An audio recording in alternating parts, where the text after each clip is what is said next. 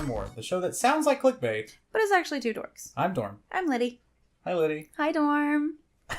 Today, we're going to be talking about color theory. What? I didn't know this. Okay? I did. I knew. I knew the whole time. That's the goof, I guess? Yeah, it was a goof. You knew the topic? Yeah, I knew the goof the whole time. Okay, so for those of you who don't know, Lidi and I both have graphic design degrees. Yes. We both... Work in the creative field. Yes. You can say that. And I love color theory. I think it's really interesting, and it's one of those things that once you show someone, it's one of those things you don't forget. Like it's just one of those things like, oh, really? That's why they use this. That's why I use that. So we're going to talk a little bit about the history of color theory first, and then we'll get into... You have notes. I have Liddy-sized scrollable notes. I was going to say you've pulled a Liddy. I have. I've done... I love that you're trying to make this a positive thing now. It is a positive thing. It's very exciting. All right. Yeah, because normally pulling a Liddy is a negative thing.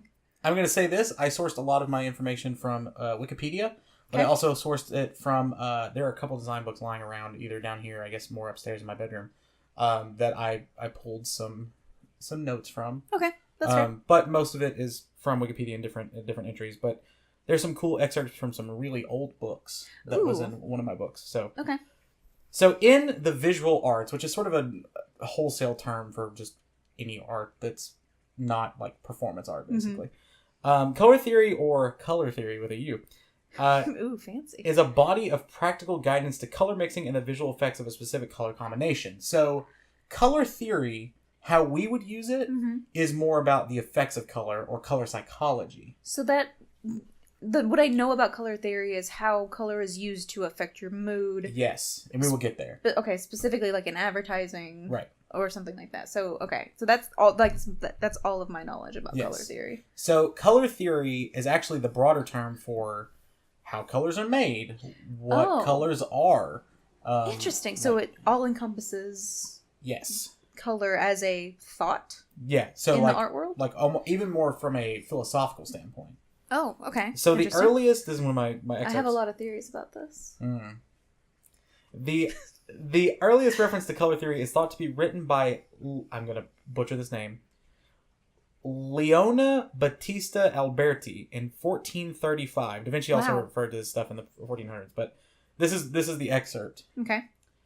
Through the mixing of colors infinite other colors are born. Infinite other colors are born.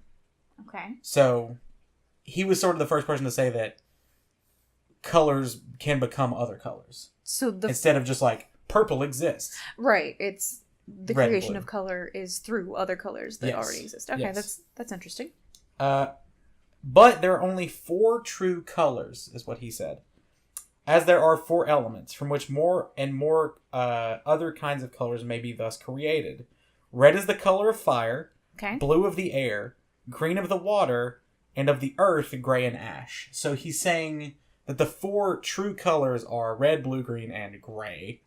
Okay. And he's saying that if you mix all of those colors, you create other colors. Which really isn't that far off from primary colors, right? Which is weird because green is a mix of blue and yellow. Yes. So that's odd to me that would be a... But I can see where he's coming from with it being in nature. Okay, these are the 3 colors I can really easily You look around you and see them. Yeah. Okay. Because, like, green in the grass, blue in the sky, red in fire, and then earth is gray, I guess.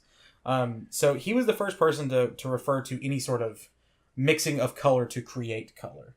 Interesting. So this was in 1435. 1435, okay.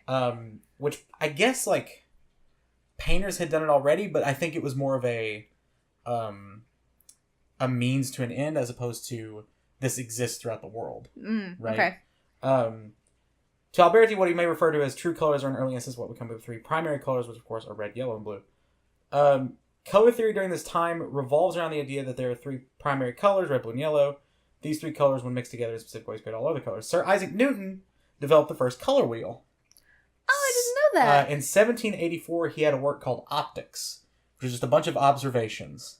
And in it is a color wheel.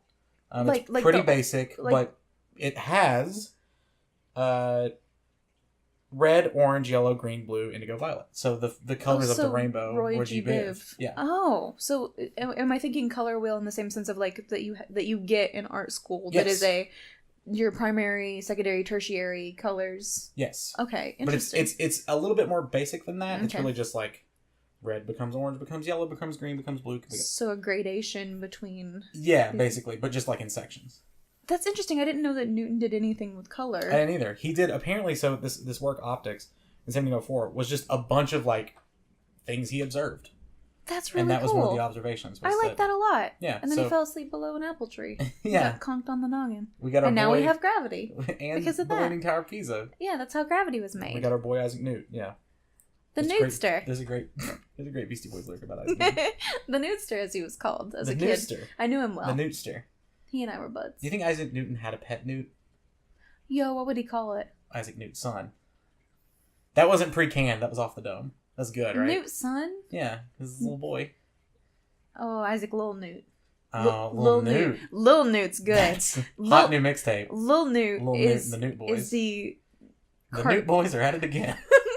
Lil Newt is the comic series of him as a child. Oh, Lil Newt. Lil Newt running around. Like the Tiny Vader stuff, but just little Isaac Newton. Little Archie. They did Little Archie and Archie and his pals. And then they made the show out of it. And then they made the show, and we don't talk about that. And it's just a bunch of... I thought you said Larchie. Larchie. He's Largy. Ah. He's not Little Archie anymore. He's Larchie. Larchie. Anyway, color theory. The red, yellow... Oh, sorry, more about Newton. Here Newton says the source of color was light, and that white light, when passed through a prism, created a spectrum of colors ranging from red to violet. So he was the first person to do the Pink Floyd album cover. Yeah, so he was the head of his time as far as being able to actually... He's like, y'all, look at this. Yeah. Again, it's just observations, right? But right. It's so trend-setting at the time to like... It's trendy at the time in the 1700s, which were known as the century of philosophy. Oh. The 18th century is the century of philosophy. Because that's where a lot of this was happening, even political and just sort of observational philosophy, and then like Descartes and people like that. Like, well, Descartes was a little earlier, but like just sort of observational or materialist philosophy, where it's like, does that desk actually exist, right? Or am I just seeing it and reflecting it back? So that's a lot of the philosophy that was happening here. Interesting. Okay. So this was just sort of a wild, like the wild west of philosophy, whereas it's like. This makes colors. I got it. Right, I did it first. It was me. I win philosophy. This guy, I did it. The Newtster. That's really kind of wild. So were these kept in like notebooks? Like, how did he keep this information? So that I don't know. I know that it was published as a broader work called Optics. So I don't know if it was sort of a maybe just like scribbled. Today I figured out that colors exist. Right, like scribbled notes everywhere. Yeah. Like, candy tastes good. Like, he just had like a little note in the corner. Yeah. It's a P.S. Maybe that one didn't make the cut. P.S. Eat more candy. Yeah. Oh. Equals smiley face. That's how he did it. So he figured out colors. That's he why just ate all the candy colors. Oh man. He played Candy Crush. That's what it was. Thanks, Isaac Newton. Thanks, Newt. We have the Lil Newt to thank. A Lil Newt. We know I have to have a shirt now that says Lil Newt on it. Lil Newt. It's great. Straight out of Gravity. The red, yellow, blue primary colors became the foundation of 18th century theories of color vision. Ooh. As the fundamental sensory qualities that are blended in the perception of all physical colors and equally in the physical mixture of pigments or dyes. These theories were enhanced by 18th century investigations of a variety of purely psychological color effects, in particular the contrast between complementary or opposing hues that are produced by color after images and in the contrasting shadows of colored light. Okay. So there was sort of an observational realization that, like, blue and orange kind of coexist in a weird... Yellow, purple, red, and green, right? Yes. Okay. I remember stuff from art school, Mom. I told you it was worth it. Thanks, Mom. I told you it was worth the tuition. So a little bit more on color vision. Color vision is actually, if you read about color vision, it's more about how the eye perceives color and that nothing is true color. So this is really interesting to me. I like this. It's so like, this mic to me is like a dark gray, right? Right. But that's actually going through several different steps for my brain to think dark gray. So the rods and cones in your eyes. Yeah. Is it truly dark gray, or is it just my perception of that color is gray? Okay. So this was sort of when people started figuring about people being colorblind, right? And things like that. Yeah. But color vision as a whole, my little excerpt here, what we perceive as colors are light waves in different frequencies that bounce off of objects, enter specific receptors in our eyes, and are translated into electric signal, enter our brains, and are translated as color. It's a complex process, and scientists have developed a number of theories to explain how it works. The most interesting of which was another philosopher, Goethe, which is spelled Goethe, Goethe. Okay. But it's pronounced Goethe. And he said in a book called, or a piece I believe called The Theory of Color. Just like kind of on the nose. Stamp on it right there. This was right after Newton too, and he's kind of refuting Newton, and it's really interesting because he doesn't actually submit a theory, but he called it the theory of color. Along with the rest, this is Goethe. Along with the rest of the world, I was convinced that all the colors are contained in the light. So this was talking about Newton. Mm-hmm. No one had ever told me anything different, and I had never found the least cause to doubt it because I had no further interest in the subject. So he's just like subtweeting him. Basically, he's like, so I went a while and thought like the Newtster did. Yeah, so I've heard this happening. Yes. But I've come to some conclusions myself. Ooh. This is a little dirty, too, to do it in a written paper. So, of course, Newton submitted that, light passes through object, all colors come the other side, right? Mm-hmm. It's a prism. But how I was astonished as I looked at a white wall through the prism that it stayed white. Oh, so he basically just dunked on Isaac Newton. Get dunked on, So his theory basically was like, yeah, colors exist here, but colors are everywhere, dude. Like, not necessarily through white light. Like, I have this white prism. Oh, light stays white. But the funny thing is, he never presents a counter theory. So he just says, like, you're wrong. Bye. This is what I saw, and then that's it. This. Bye. But he never goes the step further of science, which is like observation, then making a theory based on the your observation. Own declaration. He's just like, hey, this theory that exists? I observed something that doesn't go with it. Dipped. Yeah, and that was it. Just dipped. So no further info from this person after? So he just kept talking about like, of course I didn't read the entire document, but from the summation I read is that like philosophers at the time were kind of confused about what to do because it's like, well, you don't have a counter theory, so you're just kind of there. Yeah. So the Goethe theory is basically that color just exists and it's not as a result of something else. I mean, you're not wrong. Most people go with Newton because color wheels are still a thing. Yeah. There are some really interesting old sketches that are hundreds of years old now that are like color spheres. Ooh. So instead of like a color wheel, right, where it's like, or almost like you would think of, I'm going to make a graphic design thing here, but like the square when you have a color picker, right? Yeah. Of just like these radiant hues. It was like that, but mapped out on a sphere. Okay. So it's like white at the top, black at the bottom. Okay. And then each strip is like red, green, red, yellow, green, like that kind of stuff. That's so it's super like interesting. Light to dark. I'll try to find some and put it in the video, but like it's really cool to look at like these old, because I mean the theory was right. It was just not well developed. Yeah. Like the observation of, I mean, I like thinking about this because it's like, think about a time where we didn't know where color wheels exist, right? Mm-hmm. There had to be some really cool breakthrough moment for the people who were there, of just like, yellow's close to green. Right. Green's close to blue. Right. Blue's close to, like, that had to be exhilarating to be the first person to maybe think that. Like, it's fascinating to me to think of a time, like, if you can somehow make the mental leap of, I don't know that color theory exists, I don't know that color wheels exist, I didn't grow up with a crayon box. Right. And just observing that color in fire is also kind of in that fire, but then that color that comes from fire kind of looks like the grass, and the grass kind of looks like the sky. Yeah. And the sky looks like this flower over here. Like, it's just... And then figuring out that there's light and dark, and those influence the colors. Mm-hmm. Like, that is so wild to me. Yeah, that's really cool. It's cool to think that they could take that in from the world around them and realize that these colors are connected in some way, which kind of harkens back to the very first one, right? Like the 4 actual colors. Yeah. Because they kind of see it in the world around them. Sure. I mean, and it may sound silly now for him to be like, the 4 colors that make everything are red, blue, green, and gray. Mm-hmm. But if you think about it, it was the same thing as like the 4 elements. Yeah. And we still reference the 4 elements. Mm-hmm. There are more than 4 elements, obviously, right. But like don't forget heart. There's earth, wind, and fire. There's just 3 now. Oh. And so mine was a Captain Planet joke. And mine was an earth, wind, and fire. So we both went old school. Yeah. All right, I like it. So the 4 elements were around the same time period as the 4 humors. Oh, which black is, bile. Yes. Ooh, hold on. Yeah. Blood. Yes.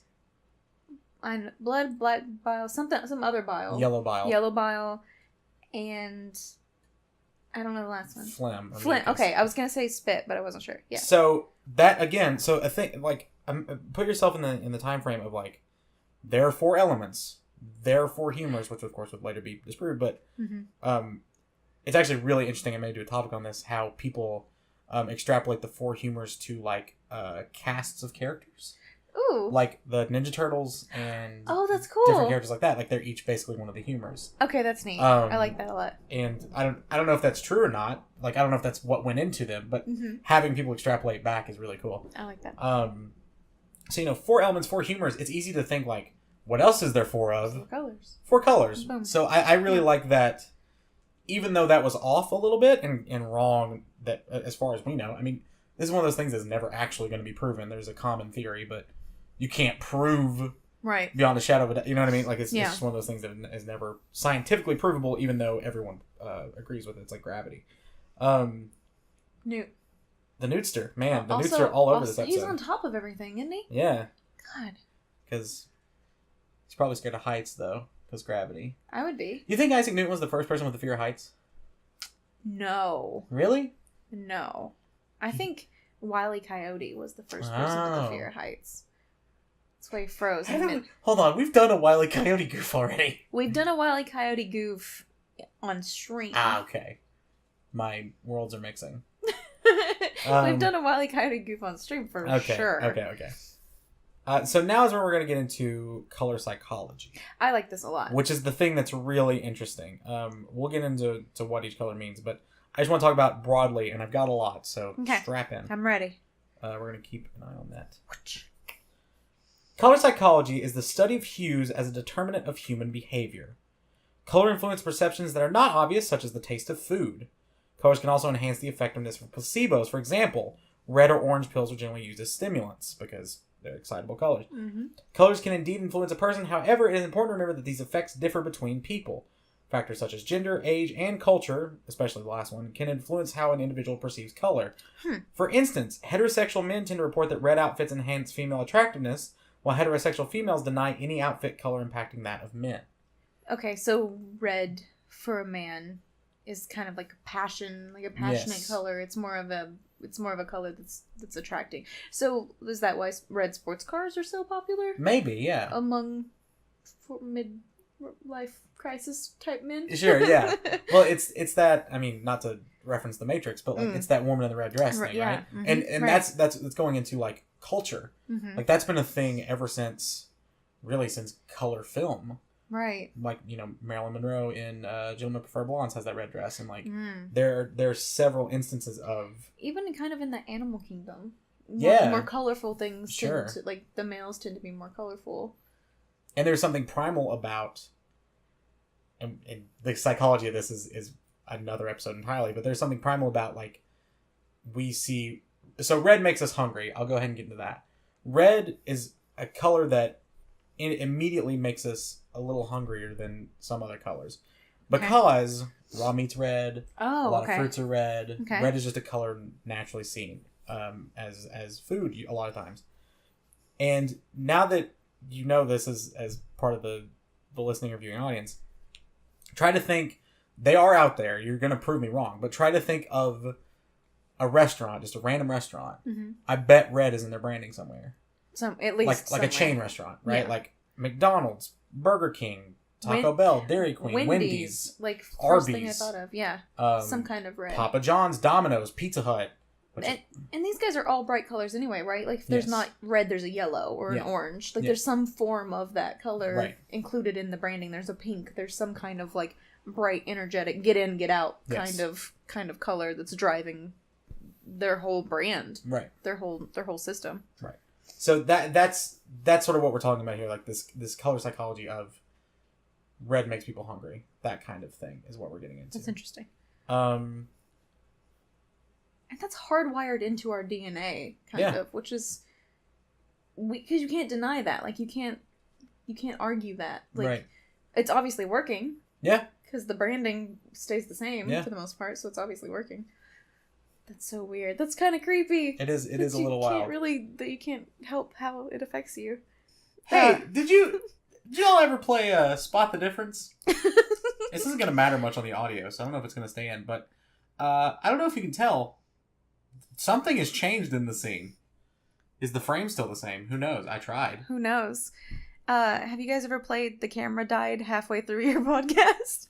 Because we did. Because we did. We just played that. We played that one. We played that one. I think we won. Yeah, we won. We both won and lost. Yeah. Sort of a 1-in-1 situation. Yeah, like a 1 in, 1 out situation. Like an in and out? Like burger? Like the burger place. That was the reference I was making. Yes, indeed it was. So color psychology. Tell me more. Like, did he have a car? Tell me more. Daddy, take you real far. Is it the lyric? I don't remember. Oh, that's gonna bother me now. Did you drive very far? It's something very far. Tell me more. Like, did he have a car? Did he get very far? Maybe like. Maybe did he get very Listen, far? Listen, get very far. That movie. Yeah. Had a lot. It was PG. Oil? PG rated movie. Yes. At one point, they call a car a pussy wagon. Whoa. The Grease That's Lightning. PG? It's PG. I've watched that with my little sister. I didn't catch that. It's PG. And so is 16 Candles, and they show full boobies. 16 Okay, ew. But 16 Candles shows full frontal. PG. Rated PG, I think. Come on. That's in the 80s. You can see boobs at PG, right? That's like 10. To see boobs? How old is PG? Just your parents let you in?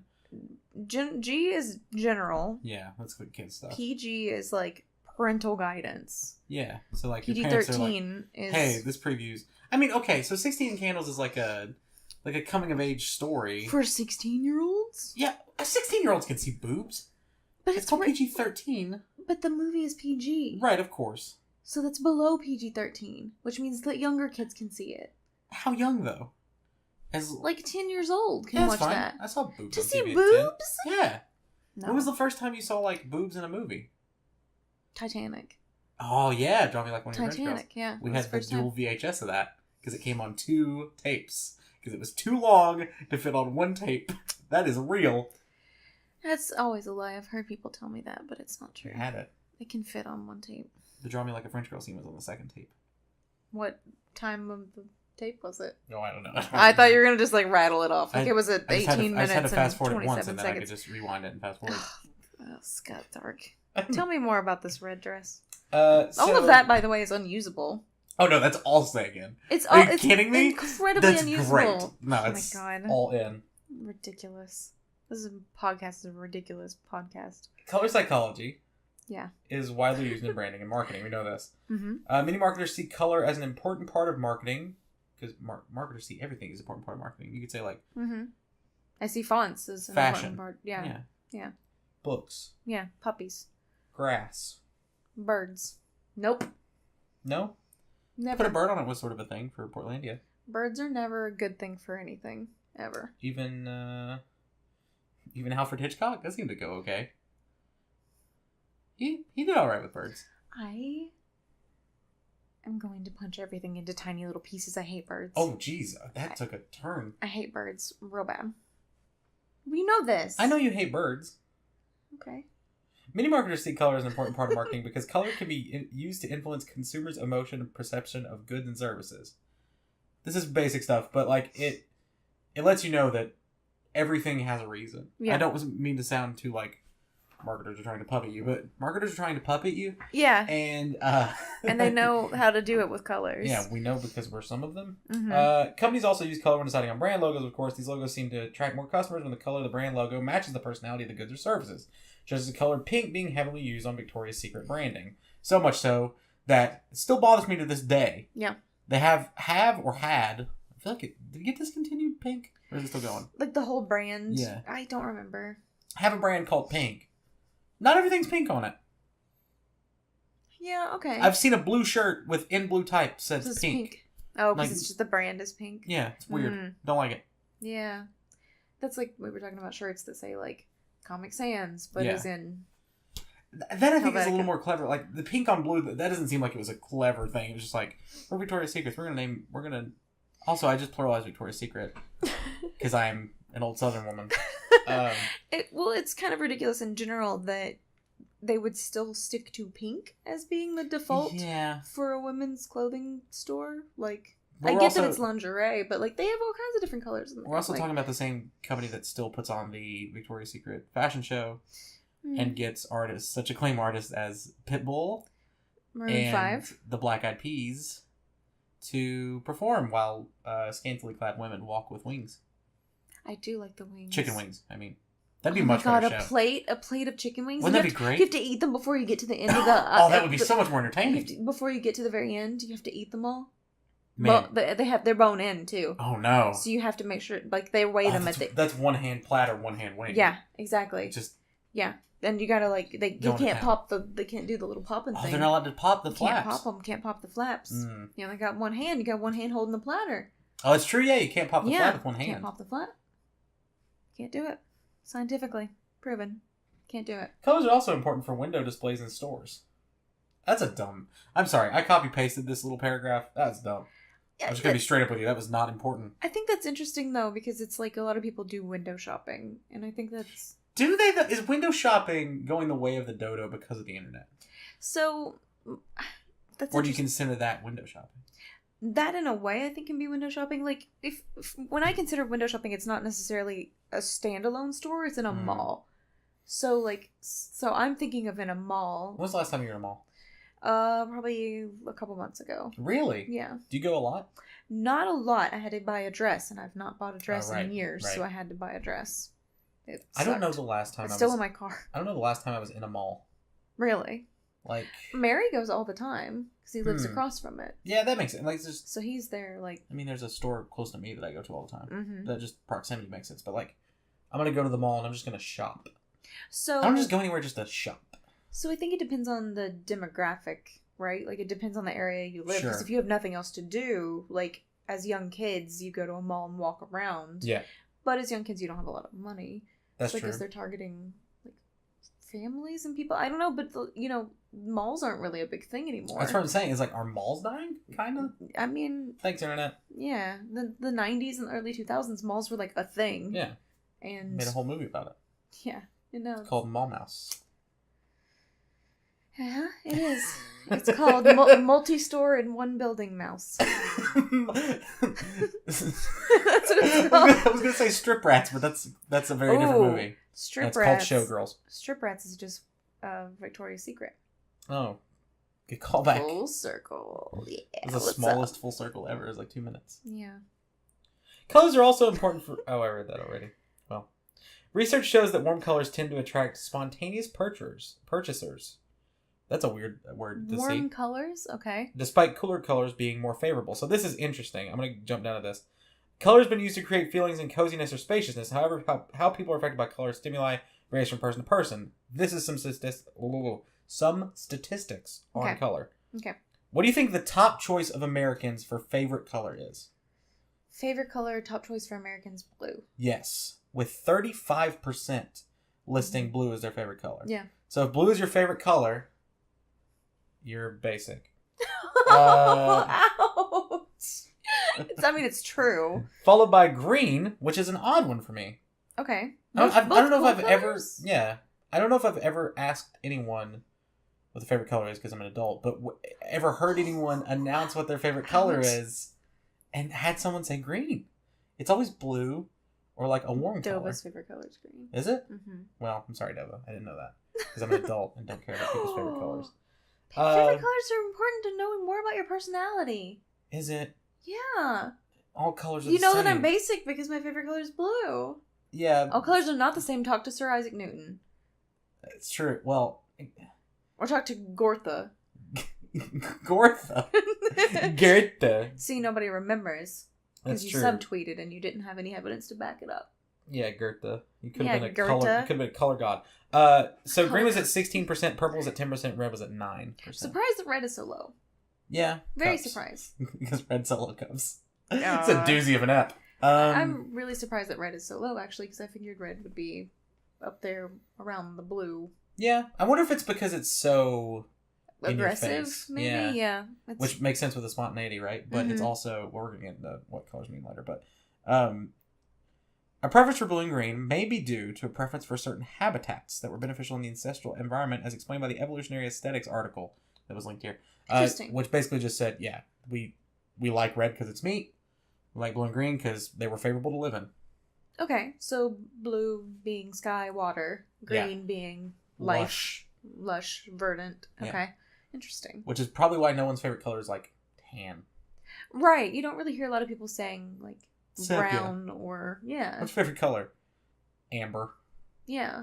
You don't get a lot of people saying that it's mauve. Oh, real quick, though. Yeah. What is mauve? Because look up mauve, and it's like 80 different colors, and none of them are close. I always thought like, you could say these pants are mauve, but they're not. I always thought of it as like a purpley red. Some people think mauve is like the color of that wall. Like a faded... Yeah. I Those are not the same color at all. They're not the same It's like color. being like, oh, blue is this part of the bottle and this part. Those are both blue. I did it. Favorite color, did it. Favorite color, all. All of the above. A few studies have shown that cultural background has a strong influence on color preference. I'm going to go ahead and add an addendum here. It does, 100%. Because in the American culture, we associate black with death. Mm-hmm. But in some Middle Eastern cultures and Asian cultures, it's white. Yeah. Yes. So that alone is enough to heavily influence certain brands' perspectives. Like, I know that I believe it was Apple had some struggles getting finding success in the Asian market because all of their stuff was so white. Yeah. And it was just like, well, why would we buy that? It's right. Death. That's like a bad omen almost. I mean, they ended up doing all right, but like that was a bit of a leap they had to take. So that was back when they had like the rainbow apple. Also, one region may have different preferences to another region, regardless of race. So it may not be a race thing as much as a cultural upbringing. Okay.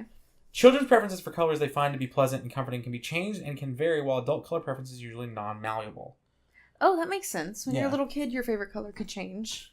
I wonder if that's just due to brain development. I mean, I wonder why we have a color that we gravitate towards in general. Like our favorite color? Yeah, like sometimes if I'm designing something, I will default to blue. Really? And I don't know why, but a lot of my designs will default to blue when I'm making it, just to kind of to set contrast. And I don't know if that's... Is that you putting your own preference on it, or is that you finding the solution? You know what I mean? Yeah, I don't know. A lot of the stuff that I've been working on lately, I've been building in blue and then changing to suit whatever colors I build everything in black and white. Really? Okay. Everything. Interesting. Yeah. And then apply color, I think, that fits the situation. That's how you should do it. This is why one of us is more heavily involved in graphic design and one of us does copywriting. This is why, right here. Color theory. You're also good with the words, and I'm not so much. Mouthy. A study by psychologist Andrew J. Elliott tested to see if the color of a person's clothing could make them appear more sexually appealing. This is where the red dress thing came in. Yeah. So I think that... I think it's really interesting that your entire perception of someone can, at least at first glance, be based on what they're wearing, what color they're wearing. Subconscious. Yes. Like, completely out of your control. Yeah. Like... You put the same standard human in a bunch of different colors, and they're going to get different reactions. Well, that goes back to Animal Kingdom, right? Yeah. The peacocks with a bunch of different colors. Yes, a mating ritual. Right. Having the brighter colors normally means you're healthier. It normally means that you're going to be more likely to be able to get a mate if you have brighter colors. So so that means that everybody wearing like a Hawaiian shirt is going to be successful. I wear a lot of shirts with patterns, so. Ladies?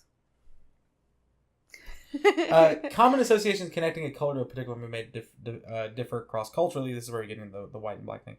Okay. The research did find some consistencies, including the fact that all nations associate red and black with anger. Anger is how I read that word. Red and black with anger. Okay. Yes. However, this is interesting. Only Poles associate purple with both anger and jealousy. And only Germans associate jealousy with yellow. Oh, interesting. And our jealousy is green. Yes. Green and our anger is normally red. Yeah. Purple as anger, I don't understand. I would consider purple to be a calming color. I wonder, this is cultural, obviously. I wonder if because purple is often a color of royalty. Mm-hmm. I wonder if there was some incident in Poland history where like there was like a mad king or something, and he wore a lot of purple. He rocked a lot of purple. So his whole thing was perp. Yeah. He's all. Perp. I don't know. That's totally spitballing, but it's interesting to me that like one country can just be like, yeah, purple means anger. Right. It's so weird. It's interesting that where we would get married and wear white in the States, in a country overseas, they would be burying their loved ones wearing white. Yeah. Because white is purity. Right. In that sense. In both senses, yeah. But held in a different way on either side. So, that kind of goes into a whole nother kettle of fish, though, right? Because it goes into how you should celebrate life rather than mourn the loss of life, and et cetera, which goes beyond color theory. Goes beyond my tiny pea-sized brain. So I'm gonna break down some color theories. Okay. And I'll say true or false. I'm ready. Colors. Oh, you want to do true or false? No, we can do it. No, can we? All right. Yeah. Okay. I'm gonna fail, but I'm ready. True or false? Okay. Blue equates. I don't know how this is gonna work. I was gonna read them. Okay, so blue is known for tranquility, security, integrity, peace, loyalty, trust, and intelligence as positives. A lot of banks? Yes, a lot banks of dentists primarily use blue. A lot of dentists use blue. And medical care overall uses blue a lot. Medical field, a lot of blue in the medical field. It's the trust and the intelligence and a little bit of salinity, I guess, because of the like just purity of water. And it's a calming color, and it's supposed to be a color that provides some kind of comfort. Yes. To people. But also, blue can be cold. Mm-hmm. Yeah. Blue can be fear, because you turn blue when you... Oh, okay. Yeah, and then I like that it lists as a negative, masculinity. So no, seriously though, a brand can come across as overly gendered in any variety of ways. Right.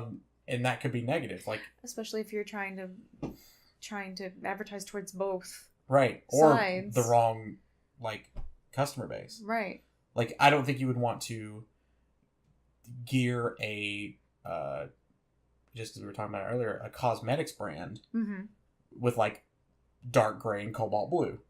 That's gonna look more like I would love that. A body shop. But I understand. You know what I mean? Yeah. Like carbon fiber and navy blue. Like I'm all about that. But I understand I'm maybe not the target demographic for proper makeup. Sure. Turquoise, on the other hand. Ooh. Can be spiritual. Yeah. Which is really interesting. A lot of churches use blue. Okay. Healing, protection, sophistication. Ooh. But then also negative, envy and femininity. So it's funny that you just hue shift from blue to turquoise, which is not that much of a shift. Yeah, very small. And it completely swaps. With because envy. Because it's a softer color, perhaps. I guess, yeah. And I could go down the list here, but I think it's really interesting. Like we associate green with envy and guilt, but also newness and richness.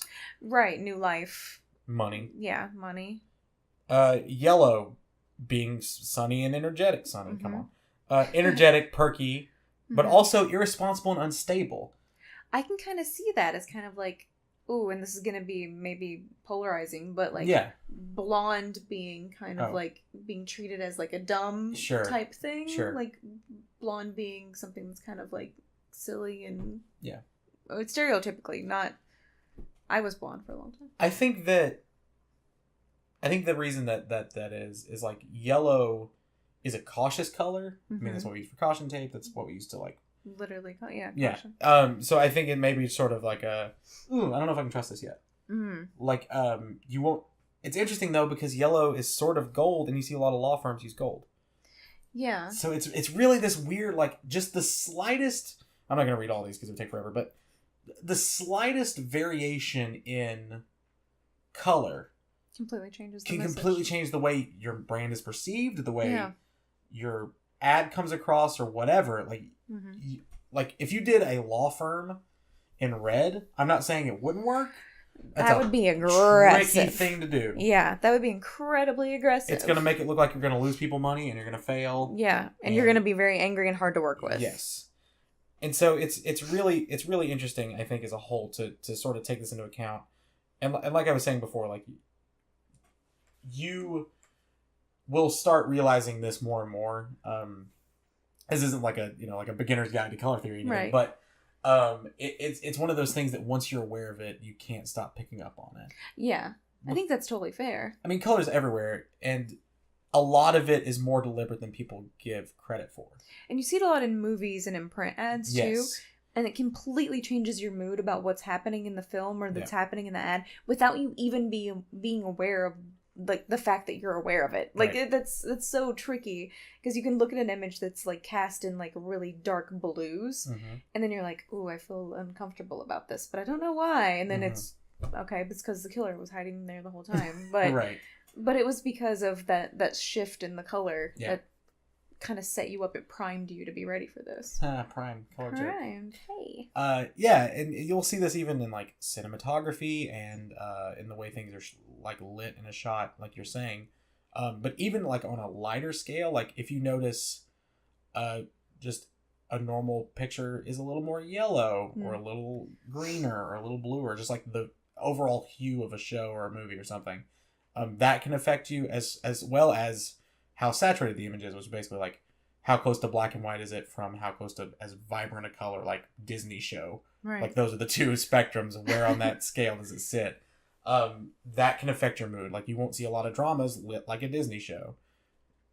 I've always heard, and I don't know if this is true, but I've always heard that like restaurants that want you to stay around longer and spend more money will put darker colors on their walls and will have dimmer lights. Yeah. And it's more of a like homey kind of vibe, whereas a lot of like you were talking about fast food restaurants will have a lot of primary colors, a lot of reds, yellows, and blues, because they're designed to get you in and out. Right, stir that uncomfortability a little bit. So it's kind of like it's urgent, as opposed in the like very bright colors, very bright lights, as opposed to darker colors of like maroons and mahoganies and like sit around and then buy another drink and get some coffee and spend more money kind of thing. I mean, even from the same, I mean, we could talk for days about this, but like the same perspective, you don't see a lot of furniture that's like, now granted, people will do like accent furniture and stuff, but you're not going to do your entire house in like yellow furniture. Right. It's not always the 70s like, anymore. Right. It's always dark or earth tones or very neutral things because that's what we can feel comforted by and want to see every day. Certain colors like yellow wear on us quicker than white or black or brown. And they do wear on the eye. Yes. Like they are straining on the eye. The color itself is straining. Yeah, from just a purely science. Yeah. Which is, it's wild that a color could affect your mood and your buying habits. Yeah. And in part your personality. Yeah. In advertising, and that advertisers know how to play that so well that they can trick you into getting something before you even realize you're being tricked. Right. And we're in that same kind of field, so hey. Sorry. it's kind of cool, but also kind of deceptive. Yeah, it's kind of creepy, right? Yeah. I think that's super interesting though, is that we know that that's a thing, that we're aware that color theory is a thing, and that we know, like you said, we don't know everything about it, but we know enough about it to kind of like cash in on it a little bit. Yeah. Exploit it a little bit. Yeah. And it's leave it to us. Like, yeah, of course. Leave it to humans. But but I do think that that's interesting that color would affect us in such a way, and that it is ingrained in your DNA. Like it is part of who some are. of it, again, like the whole environmental ancestral environment theory is just like, what we liked is what we always liked, but then culture can also affect it. It's this weird ever changing sort of amorphous thing that is going to keep moving in a certain direction. I mean, like, I think personally that there's going to be, well, I don't want to spit too much, like, wax poetic, whatever. I think that this trend of, like, tech is all in white boxes with thin black type and all that kind of stuff. I think that's starting to move away already. Yeah. Right? With, like, Google doing, like, we're doing 4 primary colors. I think people wear on certain trends if it's done too much. Yeah. Well, remember like Web 2.0 that was like early 2000s, which was all like bubbly. Oh, sure, yeah, like bubbly buttons and like bright colors. Gloss. And like very glossy orbs, and that got very tiring very quick, and people moved on from that and wanted something new, and everything went flat. Yeah. So all colors were now flat. It was very two-dimensional, and now that seems to be turning into something else. So like it has to change in the same way that our perceptions of color and our perception of color theory changes. Yes. And we have to find new ways to manipulate that. And there's also, if you Google blue and orange movie poster, oh, it's so have great. you seen that? Yes. With like all of the every Michael Bay film. Yeah, that like lit that way too. there's so many that are deceptive in the sense of this movie is super full of action, guys. Just wait, you won't believe it. And it's like orange on one, like on the top and blue on the bottom or whatever, right. Which is supposed to show you how much action and violence is going to be in it. And like you could just Google color theory and movie posters, and you'll be able to see it at play. It's all of really Wes Anderson movies have yellow type somewhere usually. Yeah, or it's really interesting. You know, like you can tell an indie movie by its lowercase titling and bright. Like one focus color and you know some thin type. Yeah, it's I'm gonna do multiple things on design, so I don't want to get too like deep in the weeds. But like, I think this is a good place to start because it's enough of just sort of everyone experiences color in their everyday life, so it's gonna be interesting to look at it a little bit more closely, I guess. Yeah. So. Yeah, that's why I wanted to do it. I think that's really cool. I think that's a really cool topic. And I didn't know that Sir Isaac Newton had so much to do with it. I didn't know he was involved at all. I had no idea. With any like color wheel or anything like that. I maybe naively was under the assumption that his whole claim to fame was the apple. Bonking him on the noggin, and that was He made the first Mac. Stop. Wait, isn't that the very first logo though? Isn't it the tree? Is it really? I thought so. Oh, I don't know. Oh, we're saying this now, and people are going to go look and then be like, Liddy and Dorm are idiots. Yeah. Mostly Liddy, because she brought it up. But but for some part of me is thinking that it's definitely like the tree and somebody under it. I don't know. I'm going to have to look it up, and then we'll scrub this part from the podcast if I'm incredibly wrong. I'll just scrub it. Just scrub. Liddy, where can people find you? People can find me at twitch.tv/Team Liddy. Where can they find you? Twitch.tv/Dormstreams. What do you do there? A dance, a song and dance. Oh no! Now you have to. I do. You told people you do it. A cover of "Hello My Baby, Hello My Darling" with a frog that you hold up by its little armpits. I am the frog. Who holds you up by your armpits and kicks your little feet out for you? Jay. Oh, what a good roommate! Oh, it's a good roommate agreement. When you moved in, he had to sign. You have to be willing 3 nights a week to pick me up. 3 nights a week? Wow, that's demanding. Listen, showbiz is tough. So, I'm not responsible for that. Hi, the video cut literally with 30 seconds left of our outro. But I goofed on the Warner Brothers frog for about a minute. Uh-huh. And I think that's fair. Screwed it up. Did you? Yeah, because now I gotta edit a whole new file. You do have to edit a whole new file, and a lot of it's about the frog from the Warner Brothers. This is a wild episode. This isn't... okay. We thought color theory would be such a goof platform. We've had a lot of things happen today. Yeah. That were podcast related and storm related, and also just color related, I guess. Everything's color related. Everything's color related in some form or fashion. You could say color theory is the theory of everything. I'd like to test that theory. Oh. Sorry, that's like a Buffy reference. Oh, that was a Mythbusters thing? Oh, I reject your reality. I reject trurality. I reject trurality personally and substitute my own. What's happening to us? Until next time. Watch where you click. Color. Oh. Color inside the lines. Nah. Screw the lines. The lines are Make there. Your own lines. The lines are put there by the man to hold you down. Until next time. Watch where you click.